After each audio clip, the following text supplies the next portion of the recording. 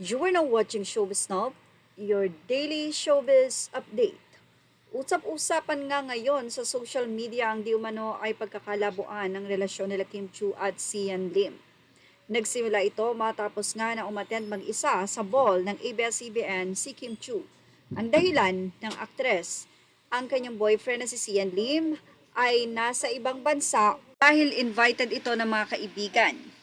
Anyway, mukhang may basihan nga ang mga netizen. Nakapansin-pansin nga na mayroong labuan na nangyayari sa relasyon nila Kim Chu at Sian Lim.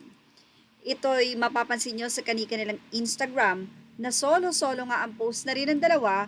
Bukod pa dyan ay walang pagpopromote itong si Sian Lim o pagsuporta sa ngayon ay kasalukuyang serye ni Kim Chu na din lang.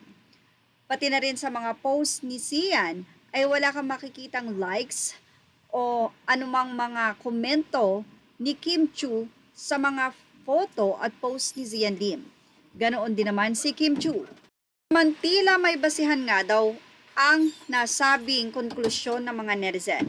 Nito lamang, mukhang kumpirmado nga na talagang nagkakalabuan ng dalawa dahil usap-usapan nga daw ang panunukso ni Vice Ganda kay Kim Chu kakamakailan lamang sa tawag ng tanghalan. Sa nasabing segment kasi ay kinanta ng isang contestant ang kanta ni Eric Santos na Kulang Ako Kung Wala Ka, kung saan ang kanyang girlfriend ang kanyang iniisip habang kumakanta. Dahil may girlfriend na nagpapangiti sa contestant, ay tinanong naman ni Meme Vice kung sino ang nagpapangiti kay Kim. Nagulat si Kim sa tanong at hindi agad nakasagot. Imbes na sagutin ang tanong ay binati na lang niya ng hello ang taong nagpapangiti sa kanya sabay tawa. Dahil sa panunuksong ngisi ni Meme Vice ay napasabi si Kim ng napaka-OA. Dahil hindi nasagot ni Kim ay lumapit si Vice at muli nitong inulit ang tanong. Pamilya ko, kamag-anak ko. Yan ang naging sagot ni Kim Chu ang nagpapasaya daw sa kanya.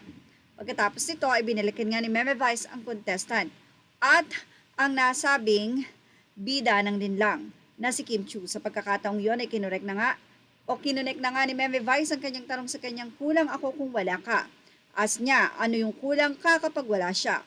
Sa una ay narito si Kim pero hindi nagtagal ay sinagot din niya ang tanong. Kapag walang usap, sagot ni Kim. As naman ni Meme Vice kung sino. Minensyon ni Kim ang kanyang pamilya at si C. C ang tawag ni Kim sa kanyang boyfriend na si Sian Lim. Sa sinabing walang usap, tila mukhang inamin na nga nitong si Kim Chu na until now ay hindi pa sila nag-uusap ng boyfriend na si Sian Lim.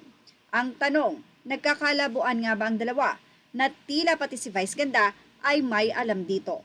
Well, sundan ang ating update. Yan ang ating Showbiz Now update. Images are all credit to the rightful owners and thank you for watching Showbiz Now.